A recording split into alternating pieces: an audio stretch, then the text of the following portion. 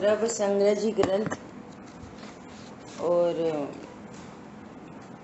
कल अपन ने गाथा शुरू की थी 14। अरे ये तो ऑफ हो गया। 14 गाथा शुरू करी, जो गाथा सिद्ध भगवान के स्वरूप को बताती है। अन्वयार्थ पढ़ा था। ज्ञान वर्णादि 8 कर्म रहित और सम्यक्तवादी 8 गुण सहित हैं। कल अपनी चर्चा ये हुई थी कि सिद्ध भगवान कहाँ विराजते हैं, वो सिद्ध क्षेत्र कहाँ पे है, सिद्ध शिला क्या है और सिद्ध क्षेत्र क्या है। कल अपनी इन सारी बातों पर चर्चा हुई है ना। अष्टम पृथ्वी है सिद्ध शिला, और सिद्ध भगवान रहते हैं सिद्ध क्षेत्र में। और सिद्ध क्षेत्र है तनुवात वलय में। इतनी सब चर्चा अपनी कल हुई थी। अब देखो, अब यहाँ पर कह रहे हैं 8 गुण सहित, ज्ञान वर्णादि कर्म रहित और 8 गुण सहित। अब देखो फुटनोट में क्या लिखा है, ये बहुत समझने की बात है। अपनी जब भी चर्चा होती है ना, तो सब लोग ऐसा ही बोल देते हैं, लेकिन उसका भाव नहीं पता होता। जैसे अनंत भगवान को 4 घाती कर्मों के अभाव में क्या प्रकट हुआ, बोलो कौन बताएगा। अनंत भगवान को 4 घाती कर्मों के अभाव में क्या प्रकट हुआ, द्रव्य गुण के पर्याय क्या प्रकट हुई, बोलो। गुण प्रकट।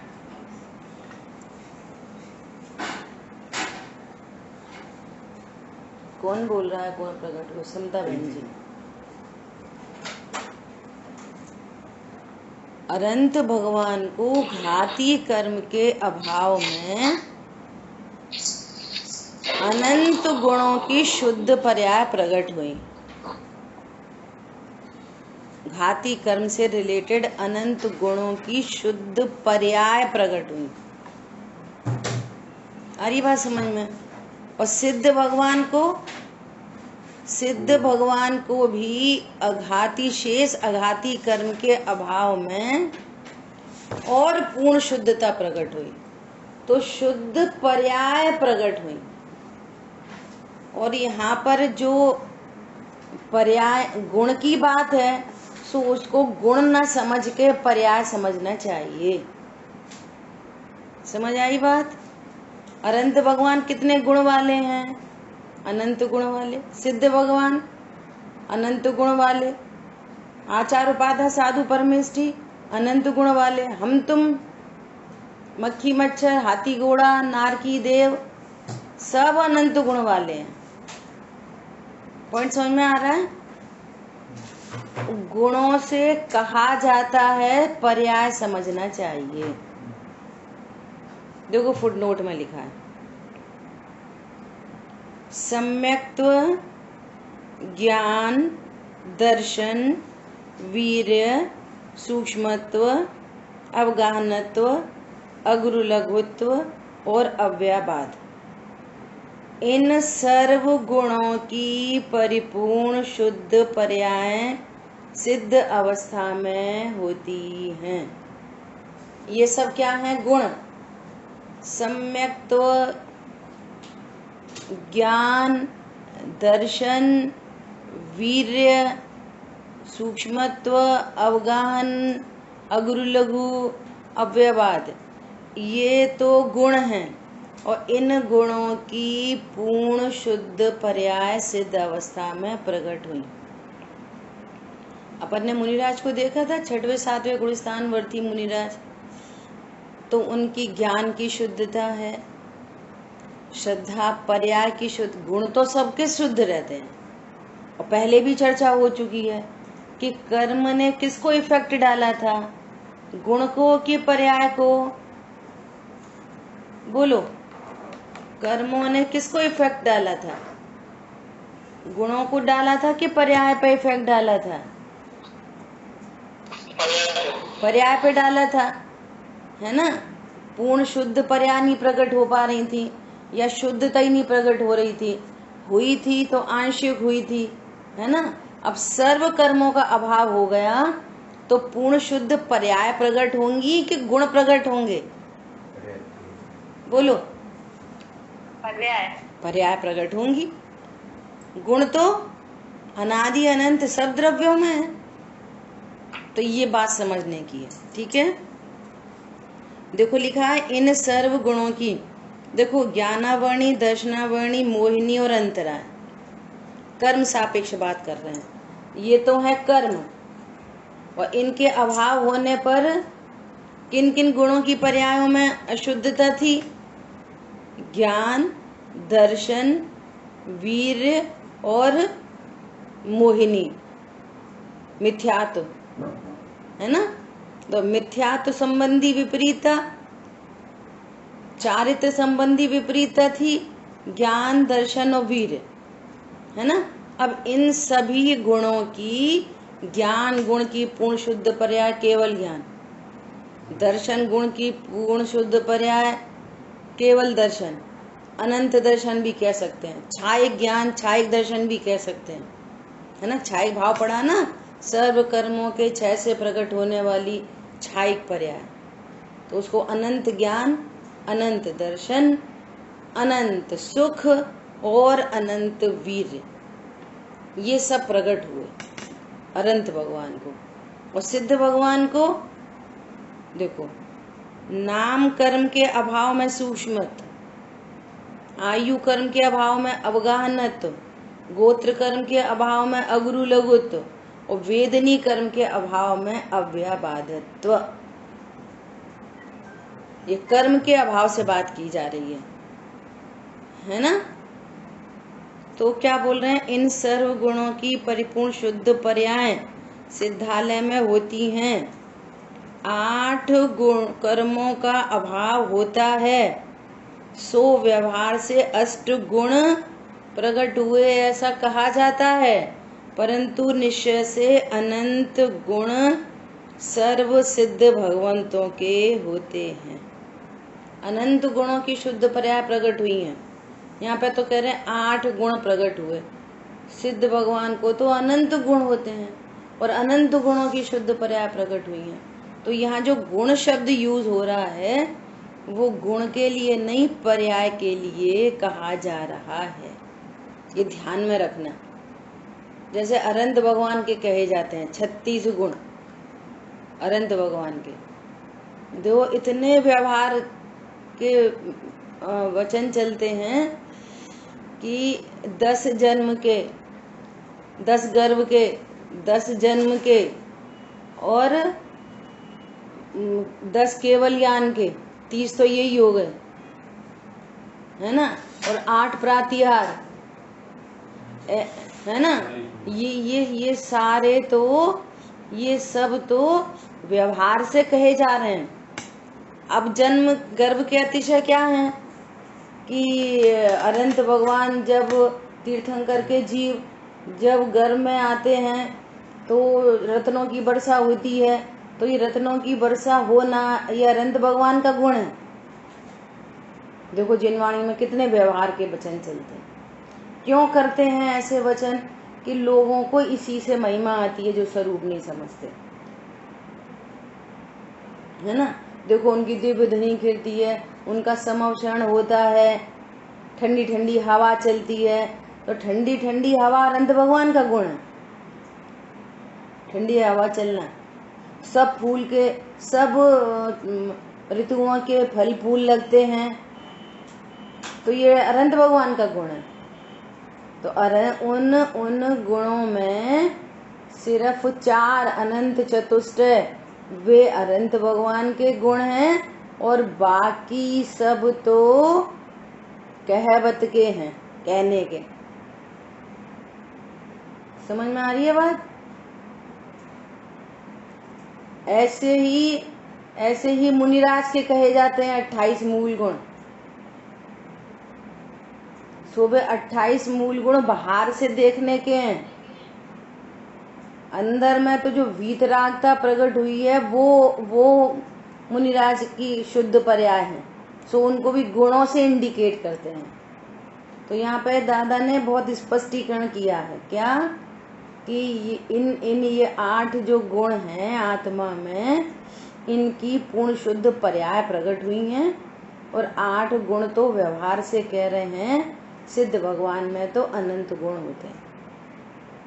आगे बात समझ में? तो जहाँ भी ये चर्चा आए अनंत भगवान के इतने गुण, तो उसमें छांटो, देखो इसमें अनंत भगवान के कौन से हैं और कौन से व्यवहार में से कहे जा रहे हैं। जैसे लड़का देखने गए तो लड़के की हाइट उसमें बायोडेटा में लिखा रहता है। बायोडेटा किसका है? लड़के का। उसमें क्या क्या लिखा है? इनके पापा का नाम, इनकी मम्मी का नाम, इनकी बहन का नाम, इनके जीजाजी का नाम, जीजाजी का व्यापार। समझ में आ रही है? मौसी का नाम, मौसाजी का व्यापार, वे डॉक्टर, वे इंजीनियर, वे व्यापारी। बायोडेटा किसका है? लड़के का। और फिर उसमें ये भी लिखा है कि उसकी हेल्थ, उसकी हाइट, उसका कलर, उसका पैकेज, है ना। तो जो उतनी रियलिटी है जो, तो वो तो लड़के के 4-6 पॉइंट लिखे हैं और बाकी बहुत सारे पॉइंट दूसरों के लिखे हैं। तो हम पूरा बायोडेटा कहते हैं लड़के का बायोडेटा। आ रही बात समझ में? तो मौसी, मौसाजी, जीजी, जीजाजी, उनकी हेल्थ, हाइट और उनका व्यापार, उनकी एजुकेशन लिखी रहती है। बहन की एजुकेशन, जीजाजी का व्यापार, वो लड़के का बायोडेटा है। पर ऐसे ही कहा किया जाता है। समझ आ रही बात? ऐसा। अभी देखो आगे क्या कह रहे हैं। संक्षेप रुचि शिष्यों के प्रति एक अभेदन से अनंत ज्ञानादि चतुष्ट है। संक्षेप रुचि के लिए जो ज्यादा नहीं समझ सकते तो उनसे सीधे सीधे कह देते हैं क्या? अरे उन्हें तो अनंत चतुष्ट प्रकट हुए अभेदन से। उन्हें ओपन करेंगे अनंत चतुष्ट को तो कहेंगे ज्ञान दर्शन सुख वाले हैं, 3 से बात कर देंगे। ज्ञान दर्शन वाले हैं, 2 से बात कर देंगे, है ना। और क्या कहेंगे? साक्षात अभेदन से शुद्ध चैतन्य ही एक गुण है, तो ऐसा एक भी कह देंगे। ये संक्षेप रुचि वालों के लिए संक्षेप में ऐसे ही कहा जाता है। और बाकी पर की तरफ से इतनी महिमा कर दी जाती है जो कि उनके गुण नहीं होते, है ना। ऐसे समझना। अब देखो मध्यम रुचि शिष्यों के प्रति सम्यक्त्वादि 8 गुण मध्यम रुचि शिष्यों की अपेक्षा से कहे जाते हैं। विशेष भेद की अपेक्षा से देखो, अब बहुत और विशेष भेद करो और देखो कि सिद्ध भगवान कैसे होते हैं। जैसे 8 की चर्चा हो गई, ये मध्यम रुचि वालों के थोड़ा सा ज्ञान को मध्यम जो लोग हैं उनके लिए 8 की बात कर दी। और जो ज़्यादा नहीं समझना चाहते या नहीं समझ सकते उनको और शॉर्ट में 1, 2, 3, 4 से कह दी। 1 से क्या कह दी? एक चैतन्य गुण वाले हैं। 2 से क्या कह दी? ज्ञान दर्शन वाले हैं। 3 से कह दी ज्ञान सुख और आनंद वाले हैं। और 4 से कह दी अनंत चतुष्ट वाले हैं, है ना। ऐसा कह दी 4 प्रकार से। मध्यम रुचि वालों के लिए क्या कहा कि 8 गुण संपन्न है, अर्थात 8 गुणों की शुद्ध पर्याय प्रकट हुई है। अब विशेष भेद की अपेक्षा से कहें तो देखो सबसे पहला निर्गतित्व। सिद्ध भगवान कैसे हैं? निर्गतित्व वाले हैं। उनका एक ऐसी पर्याय प्रकट हुई है निर्गतित्व। ये निर्गतित्व क्या होता है कि अब किसी गति में परिभ्रमण नहीं करेंगे, उनको गतियों का अभाव हो गया। निर्गतित्व।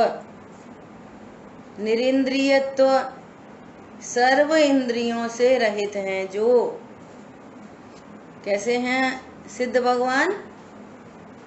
सर्व इंद्रियों से रहित, निष्कायत्व, शरीरों से रहित हैं। अब कोई सा शरीर नहीं है उनको, न वैक्रियक शरीर है, न आहारक शरीर है, न औदारिक शरीर है, न परमोदारिक शरीर है, न तेजस शरीर है, न कार्मण शरीर है। सर्व कर शरीरों से रहित वे सिद्ध भगवान कैसे हैं? निष्कायत्व, काय माने शरीर, शरीर से रहित हैं। और क्या बोल रहे हैं? निर्योगत्व, अर्थात अब उनको आदि प्रदेशों का परिस्पंदन बिल्कुल नहीं है। निर्योगत्व समझ में आ रही है? कैसे हैं सिद्ध भगवान? निर्वेदत्व, उनको किसी प्रकार के वेद का उदय नहीं है, या उनको कोई ये लागू नहीं पड़ेगा कि वे स्त्री हैं, पुरुष हैं कि नपुंसक हैं। उनको लागू ही नहीं पड़ेगा। वेद से रहित हो गए, निर्वेद हो गए, त्रिवेद से रहित हैं सिद्ध भगवान।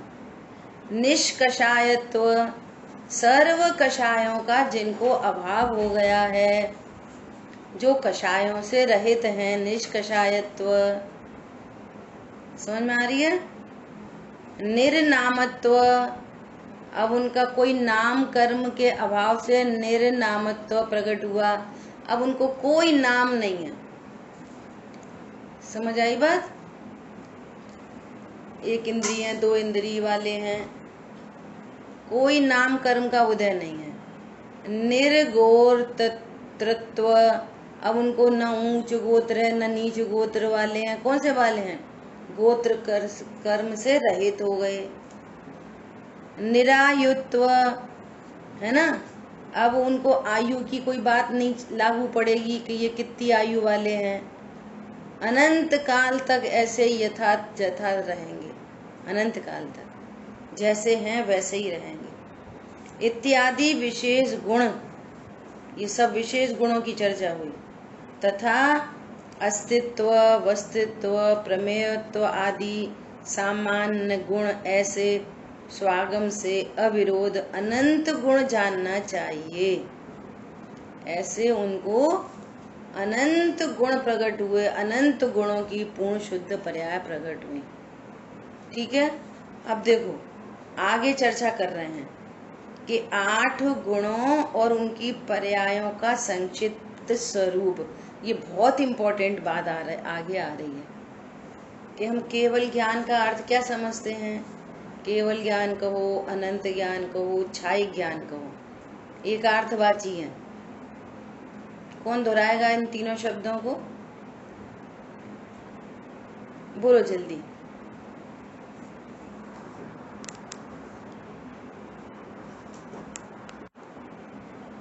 बहुत देर में बोलते हो आप लोग। अनंत ज्ञान और शाही ज्ञान। क्या क्या? केवल ज्ञान, अनंत ज्ञान और शाही ज्ञान।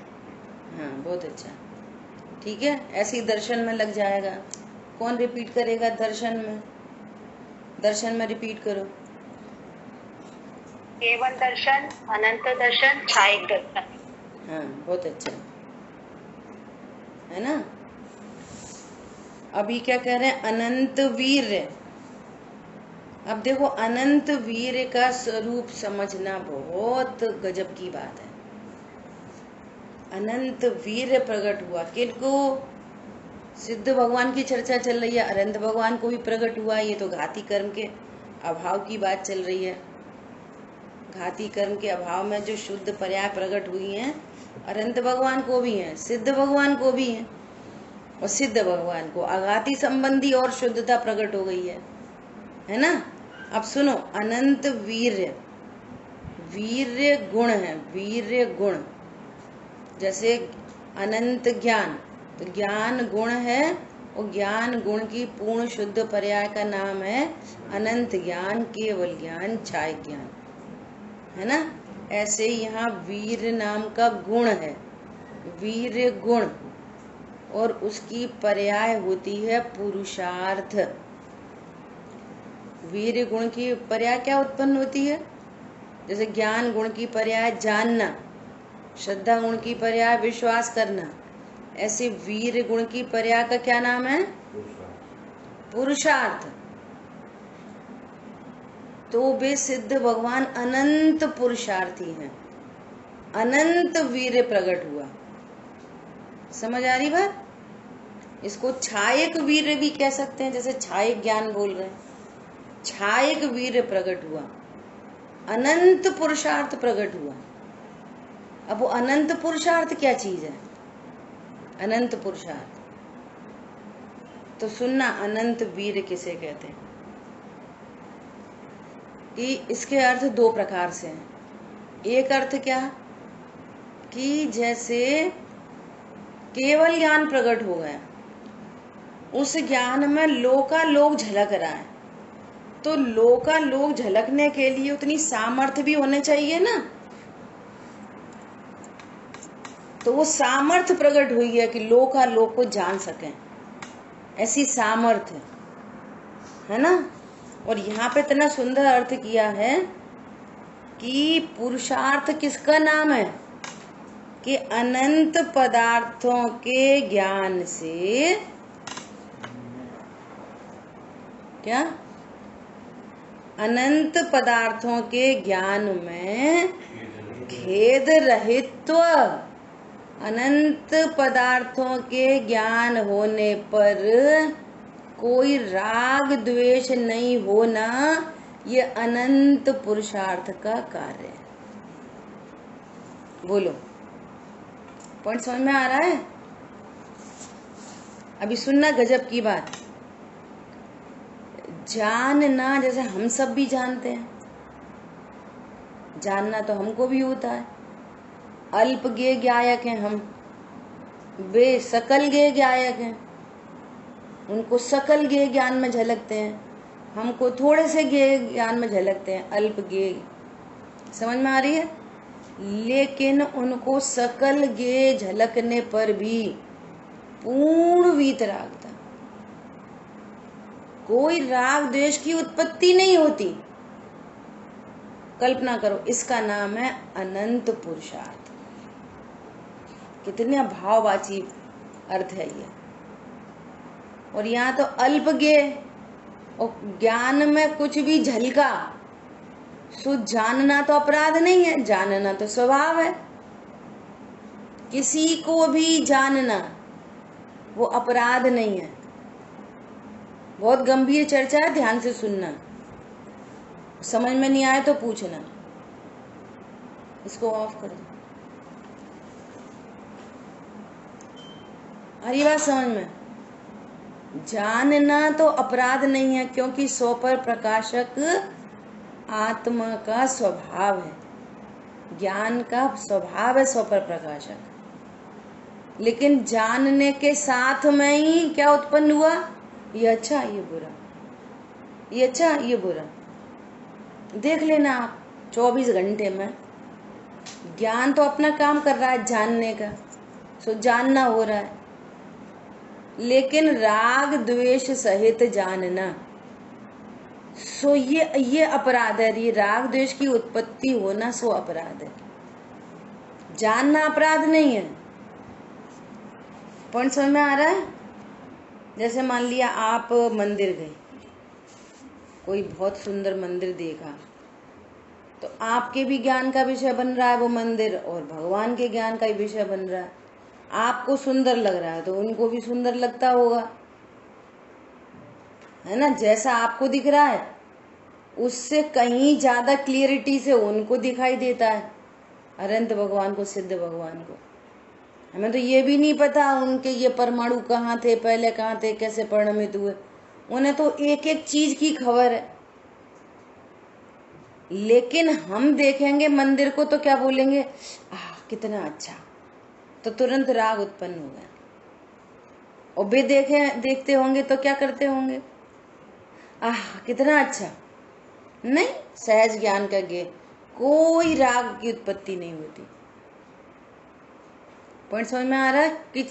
किसी भी वस्तु का जानना वो अपराध नहीं है, जानना हमारा स्वभाव है। लेकिन राग द्वेष की उत्पत्ति होना ये अपराध है, और इस अपराध के फल में ये जीव संसार परिभ्रमण कर रहा है। आ रही बात समझ में? अब ऐसा अपराध, अब दूसरा देख लो कुछ और। मान लिया किसी ने आपको भोजन पे बुलाया, उसने खाना बनाया, आपको खाना अच्छा लगा, तो क्या बोलोगे? उसकी 1 घंटे की पूरी प्रोसेस किस में चली जाएगी? खाना अच्छा था, राग, अरे इतना बेकार खाना बना दिया, बड़े तारीफ कर रहे थे, तो क्या उत्पन्न हो गया? द्वेष। रास्ते में गए, कोई एक्सीडेंट दिखाई दिया, तो देखते से ही, एक्सीडेंट देखते से ही ग्लानि, तुरंत ग्लानि उत्पन्न हो गई, जुगुप्सा का भाव उत्पन्न हो गया। समझ में आ रही है? अभी ये मैटर नहीं चल रहा करना चाहिए कि नहीं करना चाहिए, मैटर ये चल रहा है कि यहाँ तो तुरंत राग द्वेष उत्पन्न होते हैं, और अनंत सिद्ध भगवान को कोई राग द्वेष की उत्पत्ति नहीं होती। सो वे कैसे हैं? अनंत पुरुषार्थी। ये अनंत वीर में ये अनंत पदार्थों के ज्ञान से खेद रहितत्व सो अनंत वीर है। ये है अनंत पुरुषार्थ का कार्य। जान लें और राग द्वेष न हो। बोलो। बोलो। अब यहाँ पर क्यों हो रहा है राग द्वेष? प्रश्न ये है। हम भी जान सकते हैं ऐसा, और जानना तो हर समय हो रहा है, हम भी ऐसा जान सकते हैं, लेकिन ऐसा जानना कब होगा? घर में ही जान रहे हैं किसी को, ये खराब है, ये अच्छा है, ये खराब है, ये अच्छा, ये कैसा, ये कर।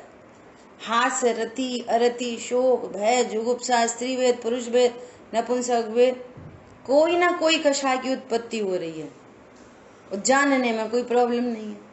फिर ये क्यों उत्पन्न हो रही है? कि ऐसा नहीं जान रहे कि मैं मात्र जानने वाला हूं। क्या कहा? ऐसा नहीं जान रहे कि मैं मात्र जानने वाला हूं। ज्ञान में जो कुछ झलक रहा है, नंबर 1 मैं मात्र जानने वाला हूं, और नंबर 2 ज्ञान में जो कुछ भी झलकता है उसका मैं करता नहीं, और उससे अच्छा बुरा नहीं। ये दो फैक्टर है और इम्पोर्टेंट। क्या बोला? 2 फैक्टर और इम्पोर्टेंट। क्या इम्पोर्टेंट? ऐसा यहाँ पर क्यों विपरीत? यहाँ पर भी वीर गुण है। अभी अपन सबके पास वीर गुण है कि नहीं? बोलो।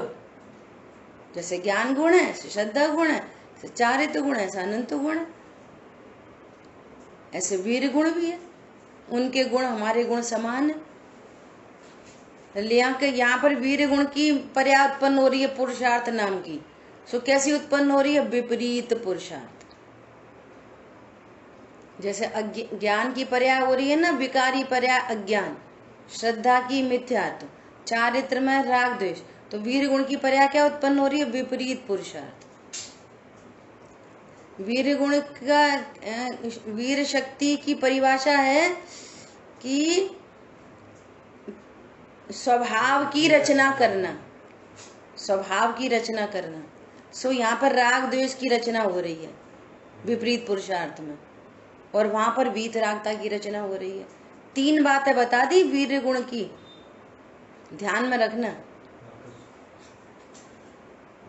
वापस हम तो बता के भूल गए, वापस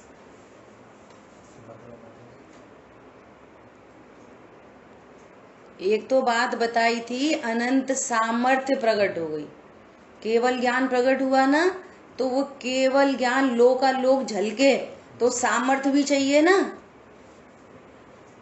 जैसे तुम्हें हलवा बना के खिलाए बादाम का, तो तुमको सामर्थ्य चाहिए ना उसको पचाने की। हर किसी को नहीं खिला सकते, रोगी को नहीं खिला सकते। दूसरी परिभाषा कि अनंत ज्ञेयों को जाने परंतु खेद खिन्नता नहीं हो, कोई राग भी नहीं हो, द्वेष भी नहीं हो, आश्चर्य भी नहीं हो, हास्य भी नहीं हो, जैसे हम तुम देखें कोई लाफिंग क्लब में जाएं या कोई ऐसा प्रोग्राम देख रहे हैं तो बहुत हंसी आ रही है, तो वो प्रोग्राम वो भी तो देखते होंगे, तो उनको उनको हंसी आ रही कि नहीं आ रही? अरे भैया, हास्य कषाय है। हास्य कषाय की उत्पत्ति ना होना ये अनंत वीर्य का कार्य है।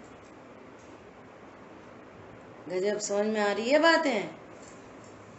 हास्य का प्रसंग बन जाने पर हास्य उत्पन्न होना, सो ये कषाय है, कषाय से बंद होता है। पागल लोगों को तो खबर नहीं, तो वो कहते हैं कि भैया खूब हंसो हंसो, लाफिंग क्लब में जाओ, हंसो हंसो हंसो।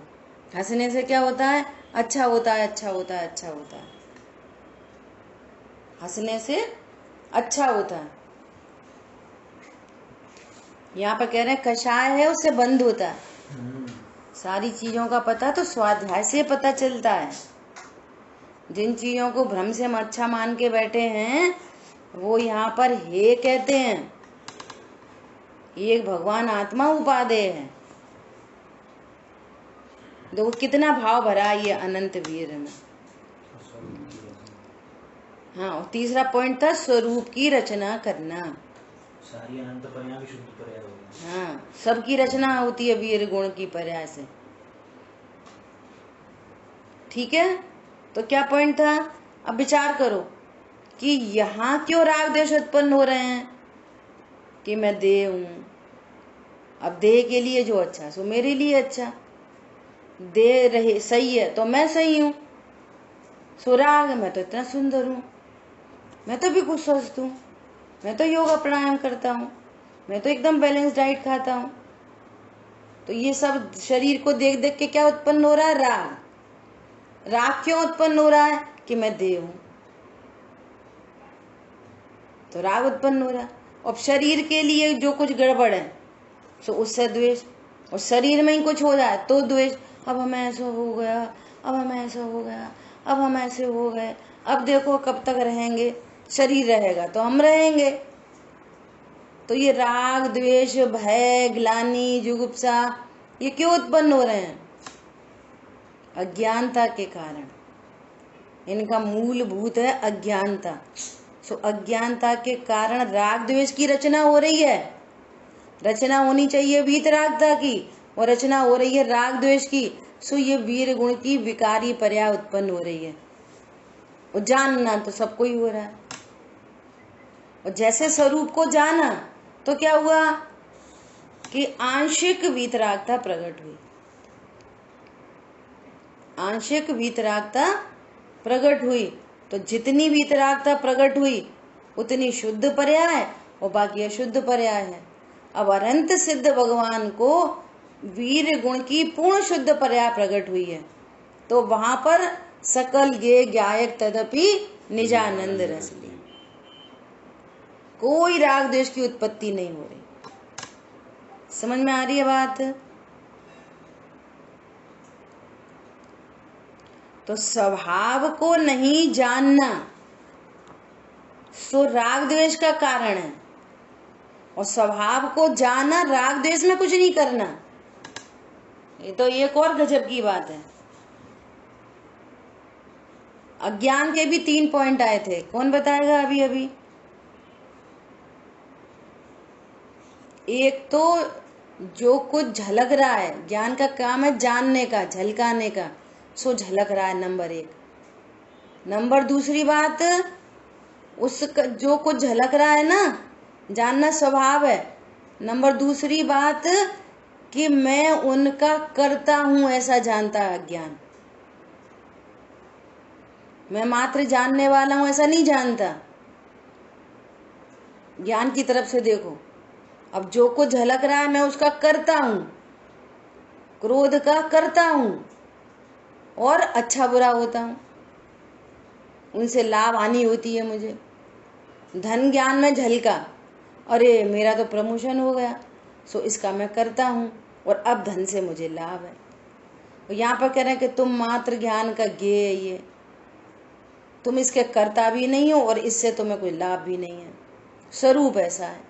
ऐसा स्वरूप जानेंगे तो भी संसार अवस्था में धन की प्राप्ति हो रही है निचले गुण स्थानों में, मान ली सम्यक दृष्टि हो गया और बहुत धन की प्राप्ति हो रही है, तो वो धन की प्राप्ति का सहज ज्ञाता है, उसको राग द्वेष उत्पन्न नहीं हो रहे अनंतानुबंधी। पॉइंट समझ में आ रहा है? तो राग द्वेष की उत्पत्ति क्यों हो रही है? एक तो स्वभाव को हम जानते नहीं है, इसलिए राग द्वेष की उत्पत्ति हो रही है। सो विपरीत पुरुषार्थ काम कर रहा है, विपरीत पर्यायों की रचना हो रही है। और नंबर दूसरी बात कि जानते ही नहीं रह रहे, बीच बीच में ब्रेक पड़ रहा है। कभी स्वभाव को जानते हैं, कभी प्रसन्न मुक्ता होती है। जब स्वभाव को जानते हैं तो वीतरागता की रचना हो जाती है, और जब पर को जानते हैं वापस राग द्वेष की चर्चा वो रचना हो जाती है। कब? चौथे गुण स्थान में, पांचवे में, छठवे में। और फिर छपक श्रेणी आरोहण होता है तो सर्व राग द्वेष मिटता चला जाता है और पूर्ण वीतरागता प्रकट हो जाती है। और पूर्ण वीतरागता प्रकट होते केवल ज्ञान प्रकट हो जाता है। अब समस्त ज्ञेय ज्ञान में झलके, न किसी से राग है न किसी से द्वेष है। पॉइंट समझ में आया? कितनी महत्वपूर्ण चर्चा है। एक एक लाइन में से अनंत पदार्थों के ज्ञान से खेद रहित तत्व सो अनंत वीर्य है। ये है अनंत पुरुषार्थ का कार्य। समझ में आई बात? तो क्या कह रहे हैं कि जानना अपराध नहीं है। अपन ने स्टार्टिंग यहाँ से की थी, जानना तो स्वभाव है। अब देखो, क्रोध को जाना है ना, तो वो भी स्वभाव है। क्रोध को जाना तो जानना तो स्वभाव है, लेकिन अज्ञानता में मात्र क्रोध का ज्ञाता नहीं जानता अपने आप को। मैंने क्रोध किया, मैं क्रोध का करता हूं और क्रोध से बुरा होता हूं। और स्वरूप को जाने तो दुख का ज्ञाता भले कहो, दुख नहीं ज्ञायक में, तो भी ज्ञायक तो ज्ञायक ही रहता। समझ में आ रही है? क्रोध की उत्पत्ति हुई और ज्ञान क्या कह रहा है? मैं तो सहज ज्ञाता हूं।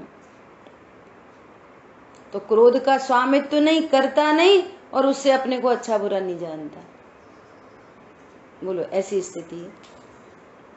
अब चौथे गुण स्थान में, पांचवें गुण स्थान में युद्ध आदि हो रहे हैं, तो क्रोध की उत्पत्ति के बिना होता है क्या वो युद्ध?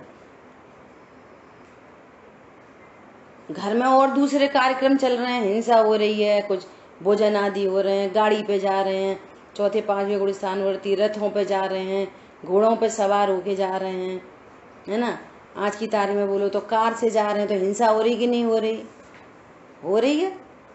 वो जितना वो है सो अप्रत्याख्यान प्रत्याख्यान संबंधी है, जो अनंत संसार का हेतु नहीं होता। फिर भी उनका ज्ञान अपने को ज्ञायक अनुभव करता है, उसका कर्ता धर्ता अनुभव नहीं करता। कोई महिला है, रोटी बनाती होगी, है ना, तो बनती हुई रोटी का ज्ञाता जानती है अपने आप को। ऐसा नहीं जानती कि मैं ये अनंत पुद्गल परमाणुओं को मैं परिणमित कराती हूँ, और मैंने अच्छा परिणमन कराया और मैंने बुरा परिणमन कराया। अच्छी रोटी बन गई तो उसको कोई प्रसन्नता नहीं होती, और खराब रोटी बन गई तो खेद नहीं होता। समझ में आ रही है? ये स्वरूप को पुद्गल रूप जानो, जीव को जीव रूप जानो। जानना तो स्वभाव है। आ रही बात समझ में? बोलो, भगवान के अनंत वीर्य स्वरूप को जानकर हमारे को कैसा स्वरूप पता चलता है? हम अब तक अनंत वीर्य के नाम पर क्या समझ रहे थे? भगवान को अनंत चतुष्टय प्रकट हुए, सो अनंत वीर्य प्रकट हुआ। तो अनंत वीर्य मतलब क्या? बोलो, आपके ज्ञान में अनंत वीर्य के नाम पर क्या इमेज है अनंत वीर्य की? अनंत पुरुषार्थ। अनंत पुरुषार्थ। अब अनंत पुरुषार्थ मतलब क्या? जो कर पदार्थ है वो उसमें भेद रहित जानना। भेद रहित नहीं, खेद रहित। राग द्वेष की उत्पत्ति नहीं होना। खेद रहित मतलब राग द्वेष की इतनी चर्चा हो गई ना अभी अपनी। ये अनंत पुरुषार्थ का कार्य है कि जानना तो हो, लेकिन राग द्वेष की उत्पत्ति नहीं हो। संपूर्ण राग द्वेष का अभाव हो गया जिनको, इसका नाम अनंत वीर्य है। समझ आई बात? ये है पुरुषार्थ का काम। उनने हमसे ऐसा कि हम कोई नपुंसक है क्या, हमने भी 2 दिए मिला के, इसी का नाम नपुंसकता है। क्या बोला? कोई घटना सामने आए, राग देश की उत्पत्ति होना विपरीत पुरुषार्थ है। आचार्य भगवान इसको नपुंसकता कहते हैं। अर्थात तुमको रत्नत्रय संबंधी पुत्र नहीं पैदा होंगे। क्या बोला? नपुंसक क्यों कह रहे? इसलिए कह रहे हैं कि जिनको राग द्वेष की उत्पत्ति हो रही है, स्वरूप नहीं जानते, उनको रत्नत्रय 3 पुत्र पैदा नहीं होंगे, सम्यक दर्शन, सम्यक ज्ञान, सम्यक चारित्र। और जो अपने स्वरूप को जानकर पर से निरपेक्ष अपने को जानेंगे तो उनको रत्नत्रय पुत्र पैदा होंगे। तब कहेंगे देखो ये पुरुषार्थी है। समझ आ रही बात? कैसी अद्भुत चर्चा है। समय तो अपना हो गया है। कल यहीं से आगे चर्चा करेंगे। सूक्ष्म तो नहीं, कल एक चर्चा क्या करनी है कि जो हम रचनाएं पढ़ते हैं ना, जो 2 मिनट में चर्चा कर रहे हैं, रचना पढ़ते हैं ना, प्रेम भाव हो सब जीवों में, गुणी जनों में हर्ष विभो, करुणा श्रोत्र बहे दुखियों पर, दुर्जन में मध्यस्थ विभो। बोलो क्या कह रहे हैं? इसमें क्या कह रहे हैं? प्रेम भाव हो सब जीवों में। तो प्रेम क्या चीज है? राग है कि वीतरागता है? बोलते चलो फटाफट। राग। बोलो। प्रेम भाव सब जीवों में, राग है ना। गुणी जनों में हर्ष विभो। हर्ष क्या चीज है? हर्ष भी राग है ना। और करुणा स्रोत, बहुत दया का परिणाम उत्पन्न हुआ, सो क्या है? वो भी राग है। और दुर्जन में मध्यस्थ विभो। तो उनको कह रहे हैं कि दुर्जन में द्वेष नहीं करना, वहां पे मध्यस्थ रहना, है ना। तो इस तरह से क्या यहाँ उपदेश क्या दिया जा रहा है कि राग करना चाहिए। बोलो। साम्य भाव हो सब जीवों में, गुणी जनों में साम्य विभो, साम्य स्रोत बहे दुखियों पर, दुर्जन में साम्य विभो। साम्य मतलब वीतरागता, किसी को भी जाने यहाँ तो वीतरागता उत्पन्न, एकदम साम्य भाव। पॉइंट पकड़ में आ रहा है? नहीं आ रहा? फिर ये क्यों लिखा है? फिर ये कोई गलत लिखी है क्या? रचनाकार ने गलत लिखी है? गलत नहीं लिखी। सबसे पहली बात है कि जिन वाणी में सब व्यवहार न से कथन किए जाते हैं, है ना। और कुछ मंद बुद्धि होते हैं जो तत्व ज्ञान नहीं करते, खाली पाठ ही पढ़ते हैं अकेले। उन्हें जीव तत्व, अजीव तत्व, आश्रव तत्व, संवर तत्व, निर्जरा तत्व कोई लेना देना नहीं है।